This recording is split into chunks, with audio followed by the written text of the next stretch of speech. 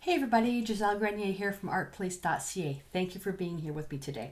In this tutorial, I'm going to do a spin-off of a video that I did of a chickadee on a piece of escarpment stone. The spin-off on this one, and I was explaining it into that video, is what if you don't have escarpment stone? What could you do to simulate something similar?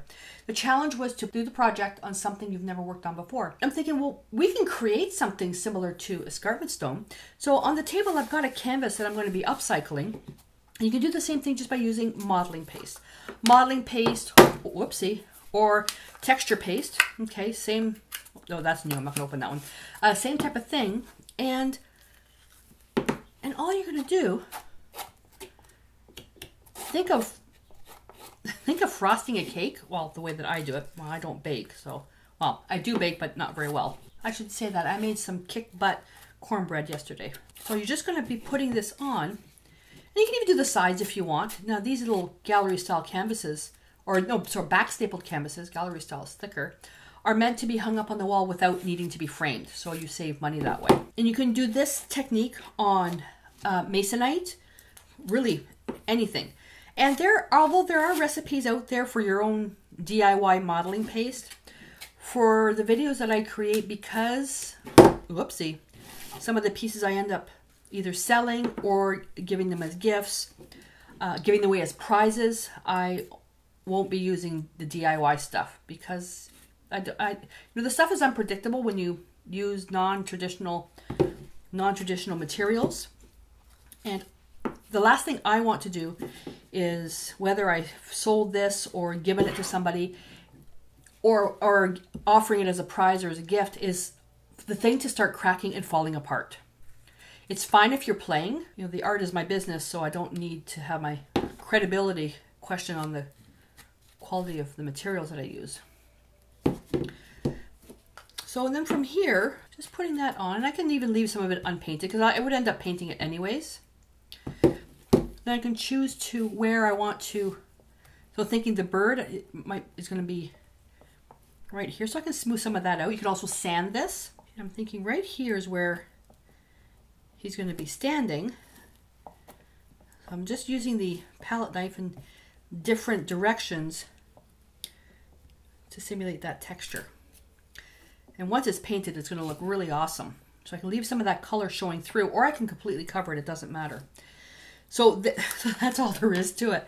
So this is how you can create a texture to simulate something like painting on stone. It's not exactly the same, but it's pretty close. You know, have fun with that. The only thing I'm going to do is, when it comes down to actually painting it, I'm going to do a light sanding to get rid of all the hard edge bumps. Look at that. All the hard edge bumps. And that way it'll be a little bit easier to get the paint flowing. And the painting is going to be impressionistic, so it's not going to be realism. That realism is not my style. To me, if you want to paint something so realistic you can't tell between a photograph and the art, then just put the art on the wall. You know, my thing is about color and bold strokes and stuff like that. Hopefully you'll give this experiment a try, and I'm going to wait for this to completely dry. I'm going to let it sit overnight, and then we come back tomorrow. We'll start working on the smoothing out the edges. So from where I left off the last time, there's been quite a few changes. I moved into swapped some rooms into a smaller studio. I'm going to practice what I preach because I did a video on working in a small creative space. So experiencing working in a small space, and it's challenging, but I still have a little bit of cleaning up to do. So basically on the table, I've got my canvas already. It's dried. You can see the beautiful, beautiful texture on that. And so I'm going to basically sketch out the chickadee, and I'm going to use a charcoal pencil. And to be honest with you, I don't even know if I'm using the same supplies as I did in the first lesson, because it's actually been a couple of weeks. So I'm going to take it as if I'm starting from scratch. So with the canvas being upcycled, I just took the modeling paste and just put that on there. And I do have to make sure that I use this in the right way, because this is where I used horizontal strokes to apply it. So this is going to be the ground. And so I want to go over the paints because I came up with another idea for those of you that may not have the colors that I do. So I'm going to bring these down.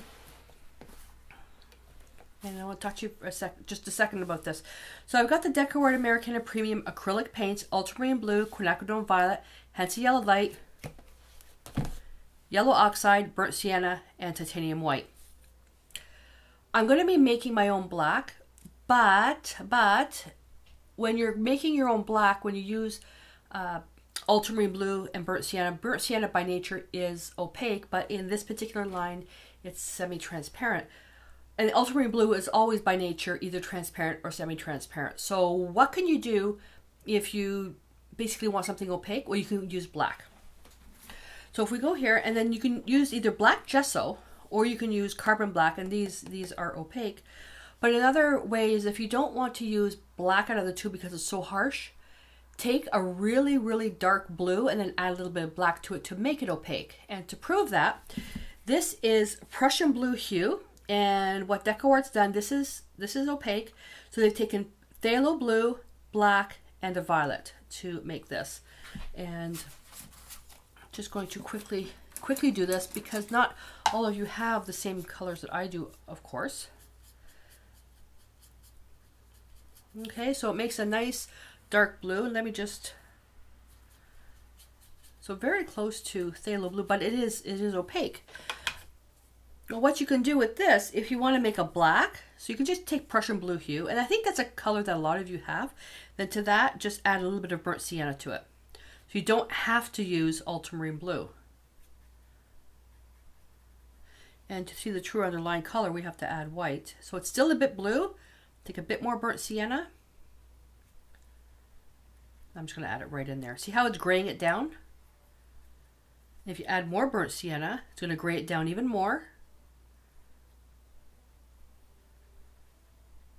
There we go. Let me add a bit more white so you can see the true underlying color. See how gray that is? So take away the white and there's your chromatic black, an opaque black, by using a blue and burnt sienna. So you don't have to have black. I may keep the Prussian blue hue in my arsenal because it is super fast to use that with a bit of burnt sienna to get something opaque. So I'm liking, and I ordered this by mistake. You'll see now. Oh, let me just. Well, how am I going to get out of the way? So you see that I have a whole bunch of paints there for preparing for a color theory class. I'll link it below in case you guys want to try it. It's free. So by the time you're watching this video, if the class is finished, just sign up to the waiting list because I do these classes a few times a year. So I've got the panel here, so I'm thinking I want to make the ground obviously here, so that's easy. But for the little bird, so if I want to create the bird off center, I'm looking at putting him right here. So all I'm going to do is I'm just going to make a mark where I'm thinking I'm going to put him right here.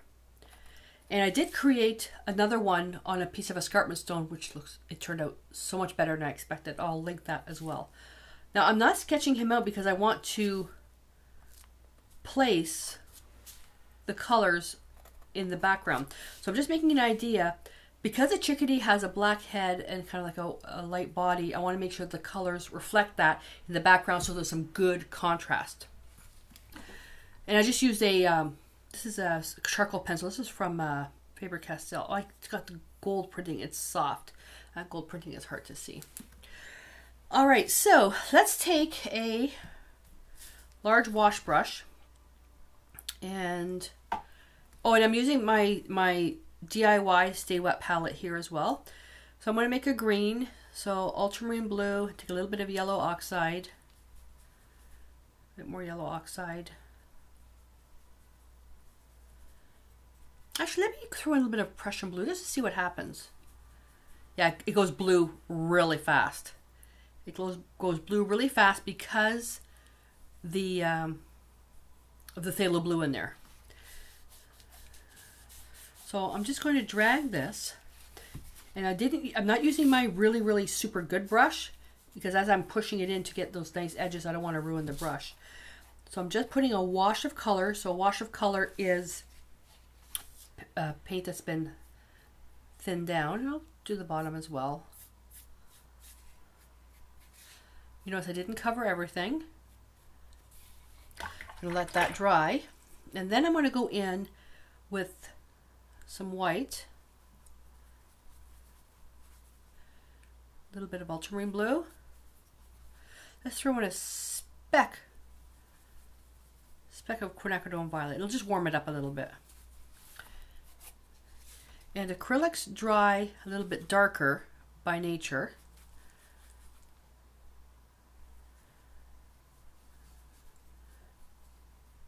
I put a little too much Quinacridone violet in there. There we go.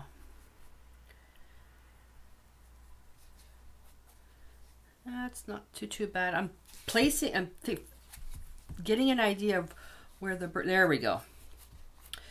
I'm going to take a little bit of water in there, not too much. And my water bucket is really dirty, really dirty, which is fine. So I'll paint this up here, getting, you know, half decent coverage. And this, and if you're didn't use modeling paste, no worries. I am going to get the paint right in there. Now you can use a scrubby brush as well, like a bristle brush, to get right in there.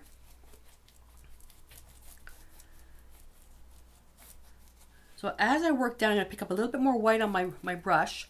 Now I'm going to use those nice wide X strokes like this. I'm going to pick up a bit more paint, get in there, bring that down, and I'm going to go into a different area of the palette. By picking up, oh, chaos. By picking up different mixtures, not different mixtures, different mixes of the core color you're using, your painting becomes a little bit more interesting. And I'm going to bring that right into the green and see how I'm just fuzzing that in. Then when I come in for the next layer of green, it's going to be almost like the background kind of fades into the sky. Okay, and then I'll just paint the side here, turn it over, get a bit more white. As long as you don't clean your brush, you'll be fine.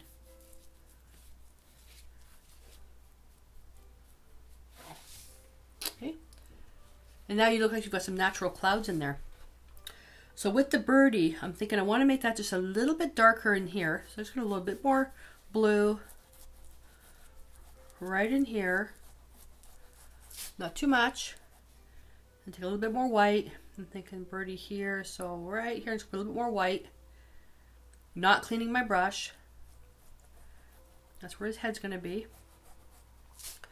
Just like that. And the sky usually gets darker and grayer as you work down. So as you work down, if this is a big piece, you can add a little bit of burnt sienna to your blue just to darken it a little bit. I just want to really fuzz that background in there. All right, wrong paper towel. I just realized that I missed a whole bunch of stuff in here. So it's going to go in second coat. This dries really fast. And in this, I'm going to add a little bit of burnt sienna right to the mixture that's on the palette. Actually, let me make a bit more paint. A bit of burnt sienna.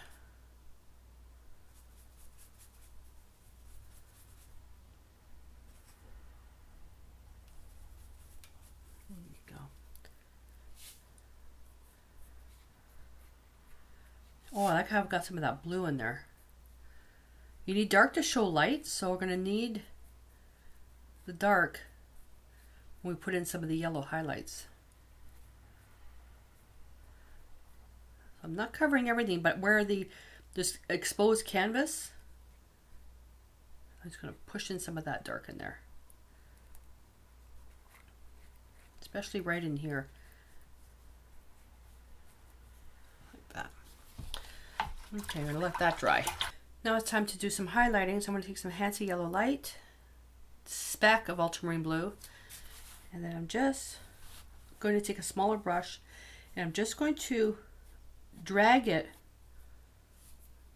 over the area. I'm going to take a little bit more yellow, speck more blue, especially on the right side, just to get a little bit of highlight in there.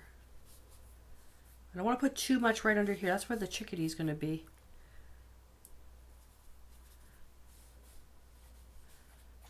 That's better. I should get my bristle brush. I'm going to do that. I'm going to get my bristle brush to show you how to do that. Let me get something smaller. So I'm going to tiny little bristle brush. And then you can just really... And by doing this, it becomes imperfect, the strokes, and becomes a little bit more natural. And if you really want to play with this, is that you just... I mean, this is hard on the brush. And then you can clean that. Just gonna and just blend the bottom, or use the existing paint and just kind of blend that in a little bit. You just get something a little bit nicer. A little bit of blue in there. So this is a challenging technique, to be honest with you, to do. But if you just play with it, it can be a lot of fun.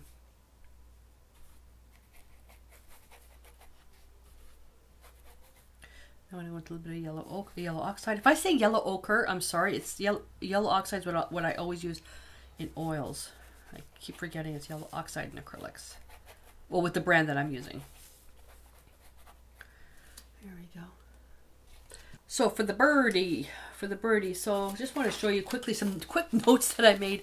So this is just basically a quick note of what, you know, what I was looking for. I've got my little birdie here, and really I can use the reference material from the previous painting. So I'm going to tilt this up a little bit. So the Chickadee, if you think about it, I wanted him to come down here. So he's got a nice big belly here. Round. And by using charcoal, as long as your piece is dry, you can erase anything you want. So his body, if you think of his body as, there's a big circle here. And the modeling paste does make it a bit challenging. So you've got a big circle here, then there's another big circle right here. And then we just join the circles and bring that down, and then he's got his tail. That's like this. And I'm just going to just start making a few little adjustments.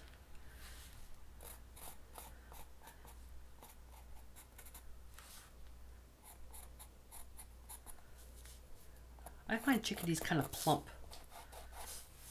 They're a little plump. And then his feet. He's planting himself in the ground. Okay, something like that.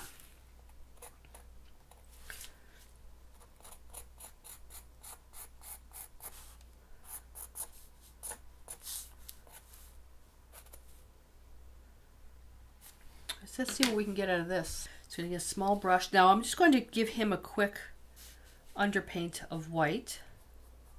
No, sorry, mistake. Let me get rid of that white. I'm going to go into a deep blue. I made a mistake. I wasn't thinking. So I'm going to make a blue-gray. So taking, whether you want to use Prussian blue or Ultramarine blue and burnt sienna, I want to make a dark. That's better. And I'm just going to put that over everything.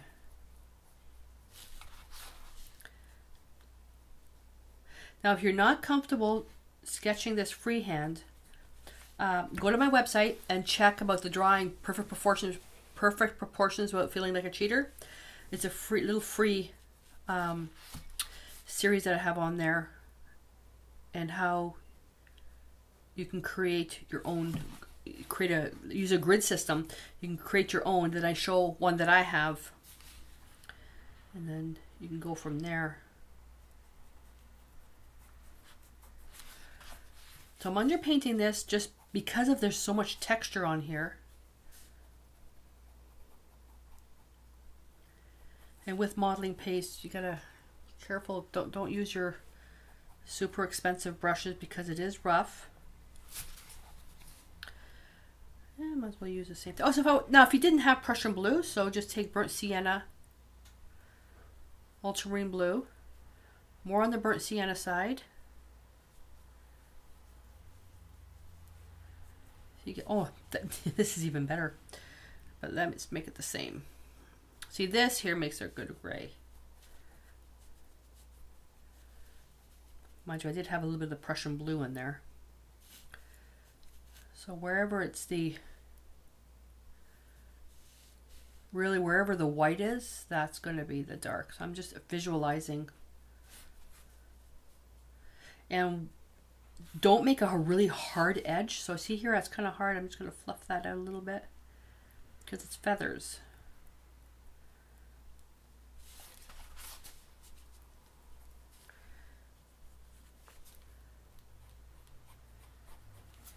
And this is more like almost, I wouldn't say it's an abstract, but I would say it's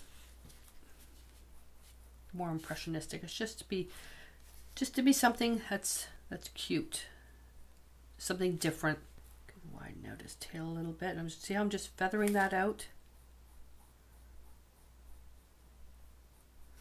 like that. So it's quite the close up here.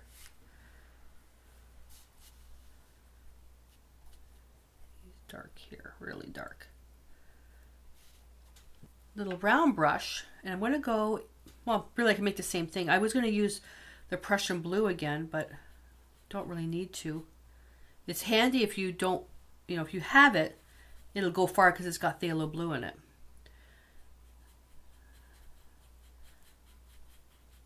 And I'm just going to paint. So I just took ultramarine blue.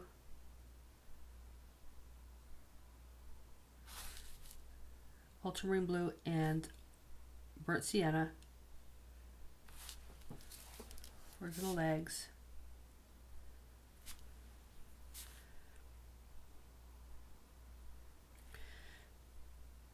And his leg is way too wide. That's okay. Because I'm going to be putting a branch here as well. A piece of wood. So let me think. I'm going to take that existing mixture. And now I want to map out his cap. It's a black cap, Chickadee. This is obviously not going to be black enough. So let's see if I can throw in a little bit of Prussian blue in there. A little bit of burnt sienna. You may want to go to using black.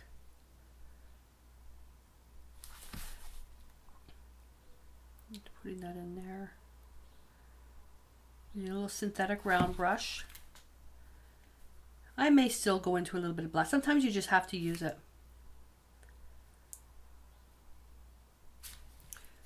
Yeah, I'm going to have to use it. Just a speck. Yeah, sometimes you just need that extra oomph in there. Now I'll take a little bit of Prussian blue. See, big difference. But depending on the lighting, you know, the little Chickadee could have had more of a gray head, but it's a black cap Chickadee. So we gotta paint his little head black. Now the modeling paste is giving me a challenge because where I'm trying to make the line straight, it's not letting me. Just gonna go with the flow. Then his neck, right in, so I'm gonna go right in here and right in here. Oh, there's some construction going on next door. So sorry about the noise. The windows are open, the heat wave is finally broken.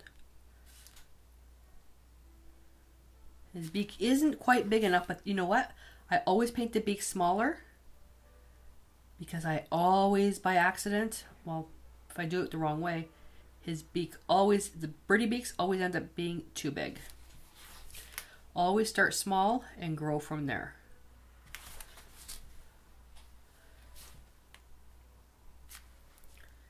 And let's put a little bit black here. And let's just get a little bit of underpainting of black in here. It'll all make sense. I paint in layers. I don't paint something that's like I won't finish the head till it's finished. I paint everything in layers. So I'm going to get a smaller brush now. And I can use the same mixture, and I can just want to just lighten it with white. I don't want to go to pure white. We're going to paint this in layers. So let's start down here because the feathers overlap.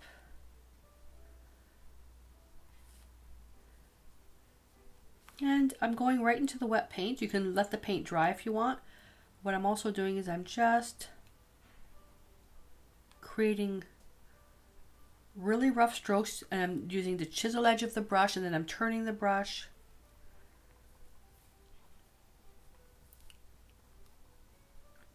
Just pick up a little bit more paint.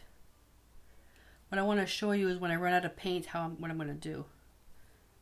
And I don't think I'm going to run out of paint when doing this. I can just go into another part of the mixture just to make a different color. Keep everything nice and soft, and you're not painting individual feathers, you're painting the indication of feathers, nice and soft. And you need dark to show light, so when we come in to paint the next layer, it's going to be much lighter, and you'll have the highlights in there of the little bird.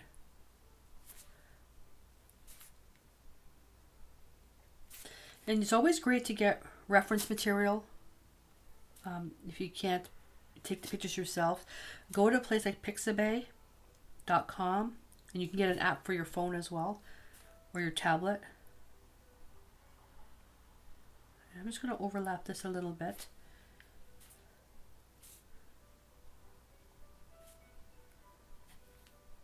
That way you can work from photographs. It's always best working from life.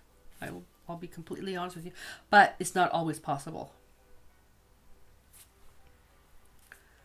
Like for the last 2 weeks, we've been under a really, 3 weeks, 2 weeks, 3 weeks, been under a really bad heat wave, and I wanted to do some videos of outside.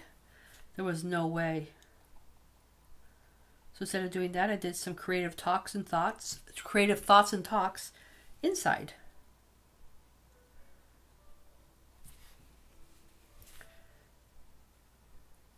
Then pick up a little bit more white, right into the existing mixture.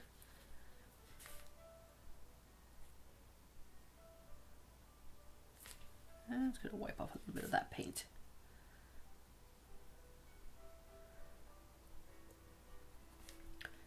Still doing the same stroke. This is where it's getting challenging because the modeling paste.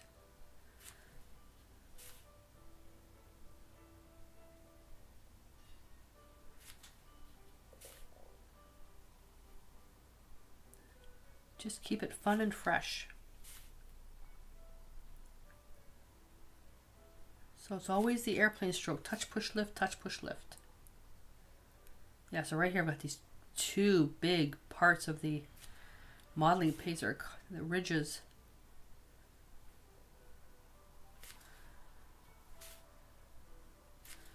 Pick up a little bit more white.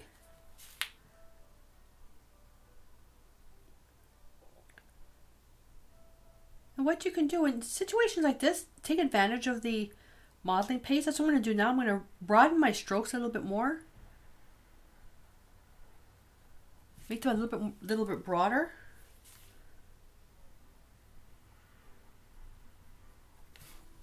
A bit more white, go into the existing mixture. Now if I run out of mixture, I just go back and make some more. I can always use this mixture right here. Oh, it's dry. Can't, sorry. Bit of blue. Bit of burnt sienna, bit of white. May not be the same, but it doesn't matter. It doesn't have to be the exact same. Unless you're painting a piece of flat cardboard or something flat in color with no value changes, you can mix up the colors because nothing is always the same value in nature. Things change. So now I'm just going with a bit of a lighter mix. Widening out my strokes a little bit, not worrying so much about the bottom because it's going to be darker there. I'm just bringing a little bit of this color up. I'm making broader strokes now because that modeling paste is causing me quite a lot of grief. Blotting the paint out of the brush. So I'm more dry brushing.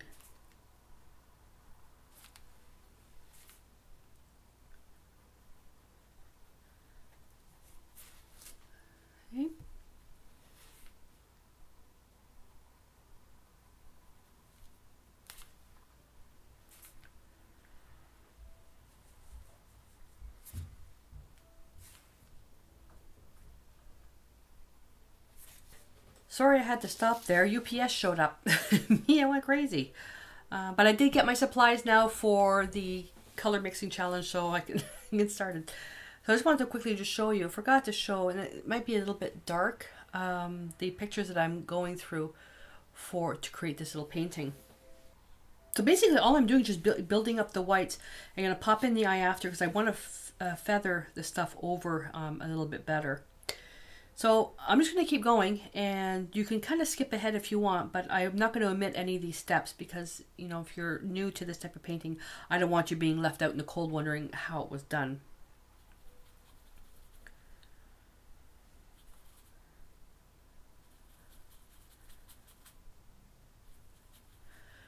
So I'm going to make sure that I have a blue hue on the birdie.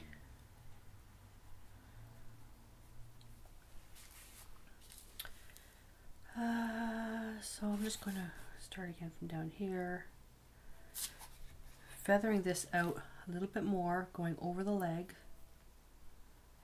I need a little bit of water in there.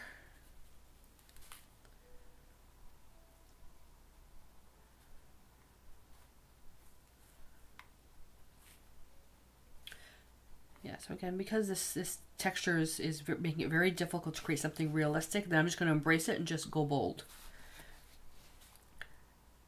So also by adding a little bit of water into the mixture, it'll be a little bit more transparent, allowing some of the bottom color to show through.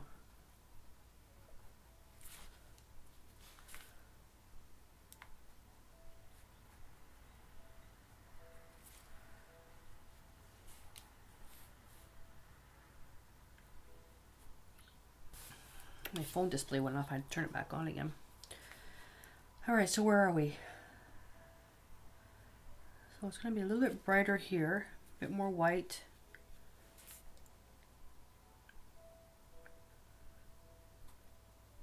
Making sure I don't cover up everything. Like I said, you need dark to show light, so don't forget.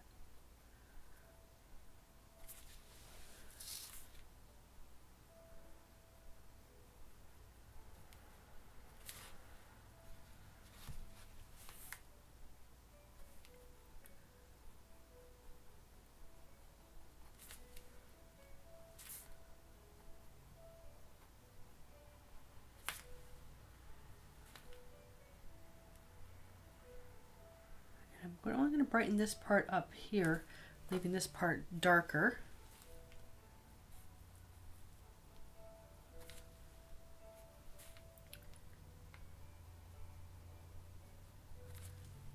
I'm going to paint this all white as well, but the black actually comes around his back.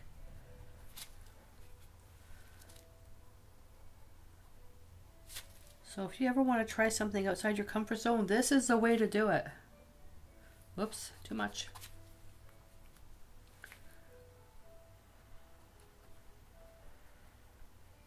So when you're working with a piece like the modeling piece like this, do not expect your piece to be perfect in the form of details like feathers, because you won't get it.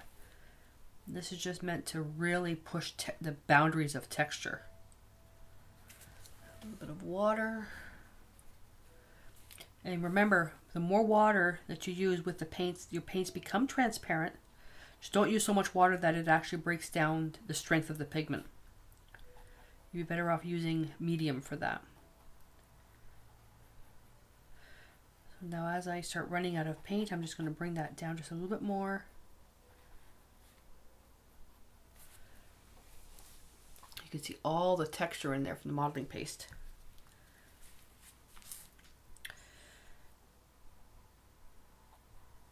I'm just going to get in there. I'm going to go up a little bit higher into the cap because, whoops, because I'm going to overlay some black on this. So I'm going to go a little bit higher. Again, making sure that I don't cover everything up.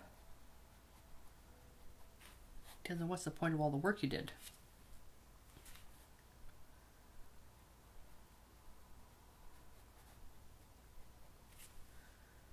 When you're painting animals, it's always best to have lots of detail. But then again, when you're painting more boldly, it's fine to have bold strokes. I love that. I am loving that. Look at all the texture in there. So I'm going to let that dry a bit. We all know acrylics dry darker. I'm going to take my bigger brush. I'm going to go into that dark mix here. And all I'm going to do here is I'm just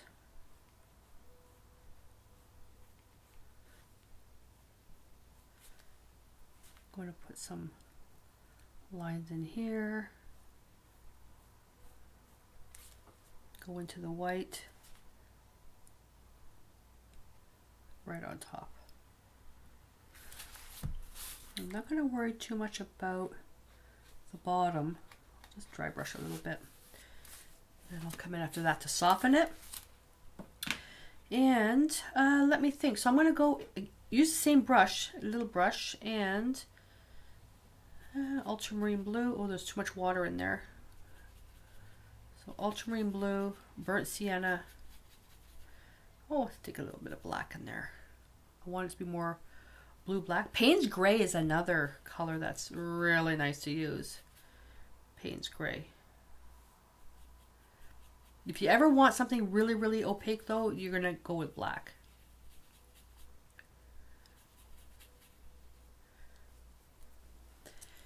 And just going to... See, that's too black for me. I want it more blue. And you'll know that once you start experimenting. There we go. I want it to be more blue.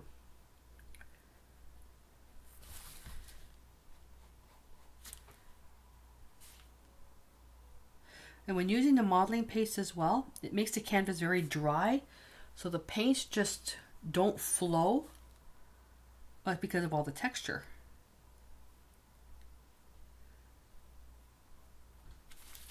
Perfect. He's got a big tail.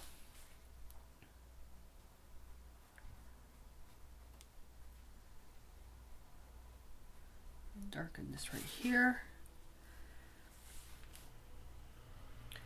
I'm going to go with the blue-black as well. Now I'm just going to, in reverse, bring some of that black up into the white. So it gives you a nice little indication that the black and the white feathers are just intermingled. And I'm going to bring a little bit of this down a bit. Overlapping. Okay. And I'm going to take some pure black in my brush. I just realized that this isn't down far enough.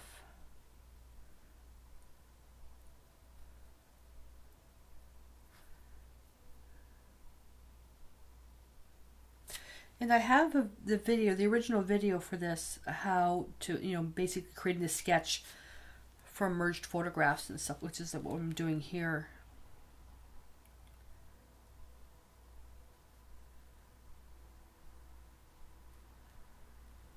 I'm going to make his little cap a little bit bigger, just a speck.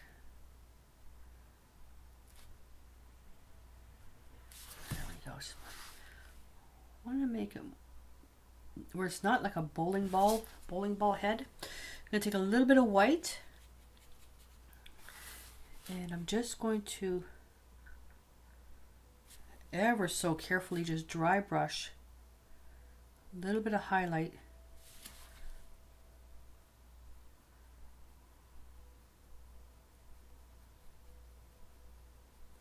These are feathers, short, choppy while the paint is wet.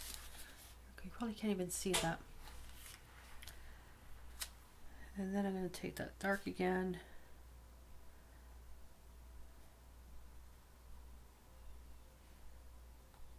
Go between there. And this here, and I want to be a little bit more careful. This is this back wing, or his wing on the side.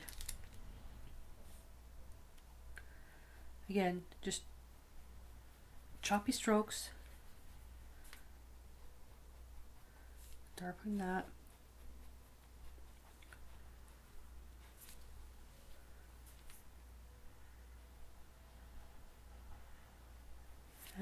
paint is wet. Gonna go into something there.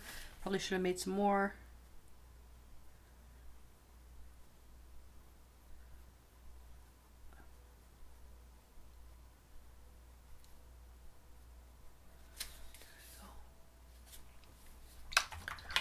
Boy, this is hard. Oh my God. All right, this is going to be interesting. So I'm going to try with the white first because this always gives me trouble. His eye. So I'm going to be quiet when I do this.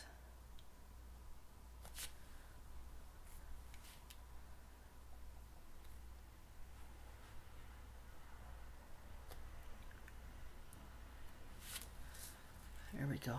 That actually didn't turn out too bad. And I know I preach that you really should paint the eyes first, because if you do the eyes wrong, then the whole painting won't even fall into place. Well, this one here, the eyes are really that's carrying the painting. The modeling paint. Okay, I'm really uncomfortable right now painting on this modeling paint. It's giving me a hard time. I'm gonna keep going. It was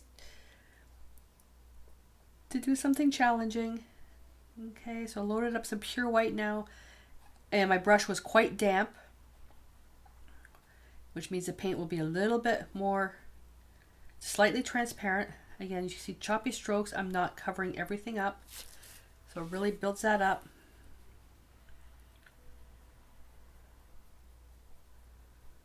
But yeah, this modeling paste, it's actually changing. It makes the feathers look different.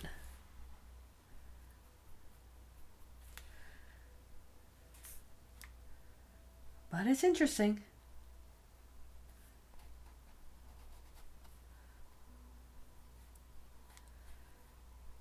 So what you want to do is you want to make sure that you're not using the paint pure on a dry brush.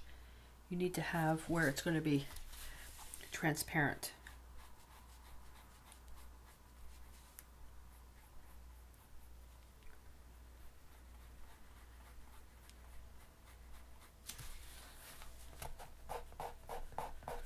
And when in doubt, use your fingers. So I'm just going to bring a little bit more here. I went to the darker mix. Take a bit of white in that, which is the gray.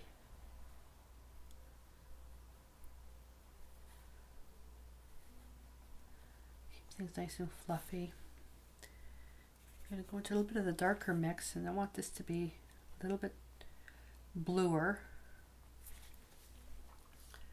Isn't he cute? That's adorable. So now I'm going to put a little bit of a highlight on his back right here. So I just took the white into that blue mixture.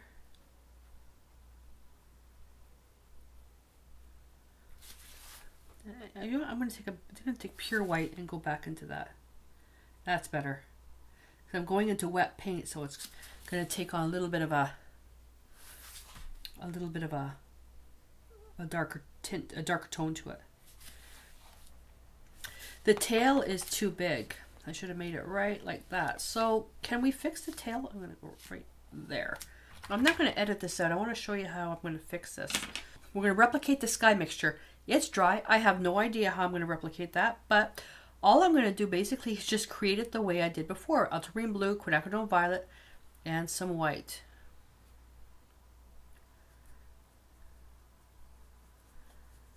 And I'm going to look at matching. That's actually not too bad. Remember, it dries darker.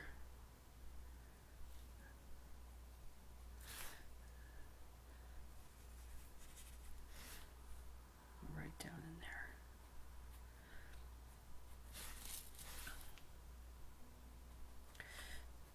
So what I'm going to do to kind of blend that in, I'm just going to go right up, take that color, speck of water, and just merge that right up. Blend that right into the canvas. Not too worried about in here. So basically what I'm doing is I'm going to repaint the tail.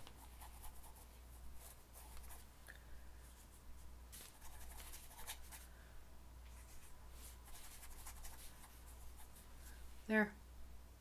You can't even tell. So now we're going to basically do the tail again. Do I have any mixed here? No. So ultramarine blue, burnt sienna. Let's get a touch of black in there. And some water. I'm going to right from here out. That's better. And a little bit of white.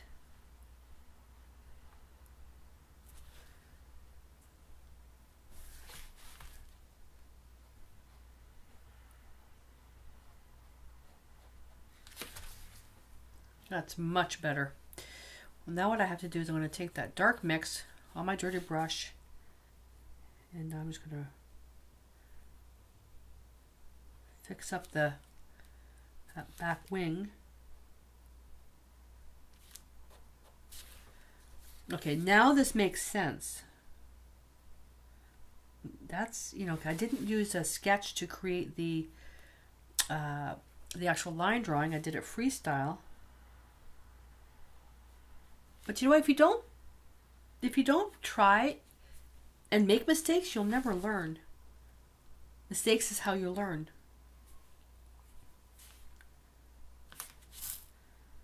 And one thing that I'm learning is that this big massive pad of palette paper, it's curling up, it's bugging me. It's bugging me.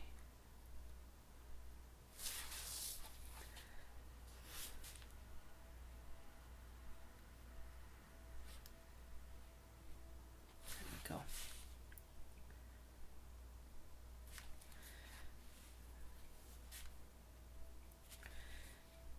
You know what I'm noticing? I was using a flat brush to do everything. The round brush, so much easier.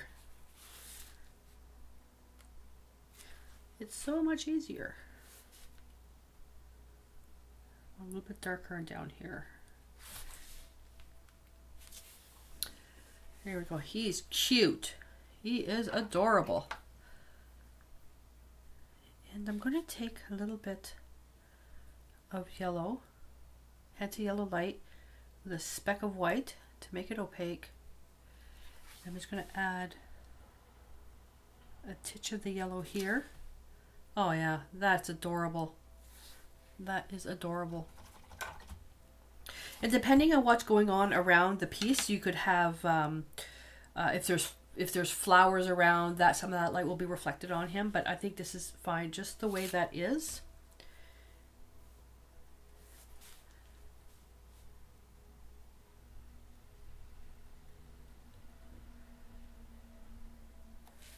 I just want to fluff a little bit of that fur around. And there's been times too where I've done a painting of something and I go, oh my god, I've totally missed that.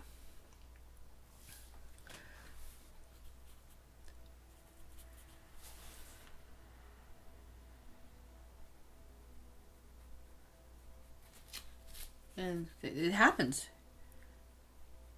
It is going to be a challenge though, working from merged photographs, meaning, you know, when you've got when you're not working from something that's already been created. A bit darker, a bit darker.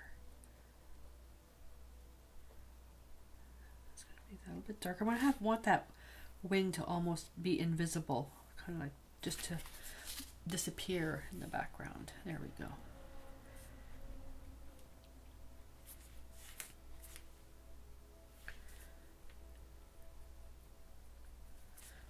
I mean, you can go on and do this in as many layers as you want.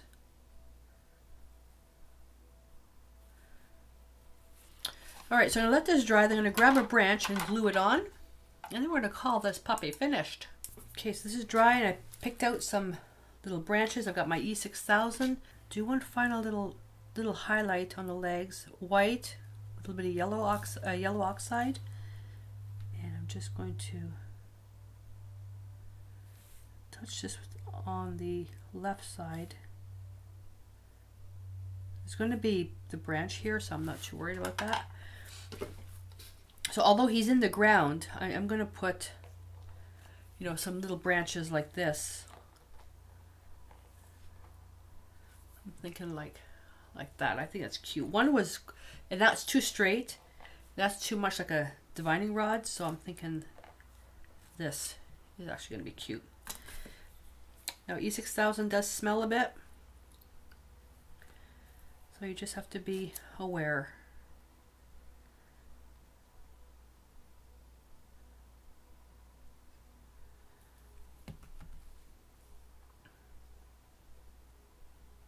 Like that.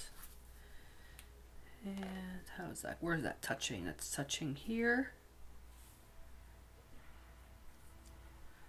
And here. And the end here. Okay, the liquid glass is usually what I would use, but I'm out. I forgot to get some. I'm going to use a Q-tip to pick up the excess.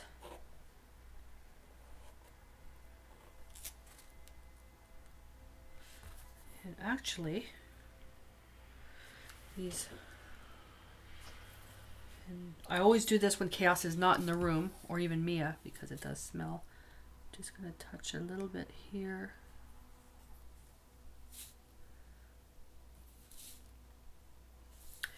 If your piece is going to be outside, another thing you can use is marine glue. But mind you, I wouldn't put this outside with the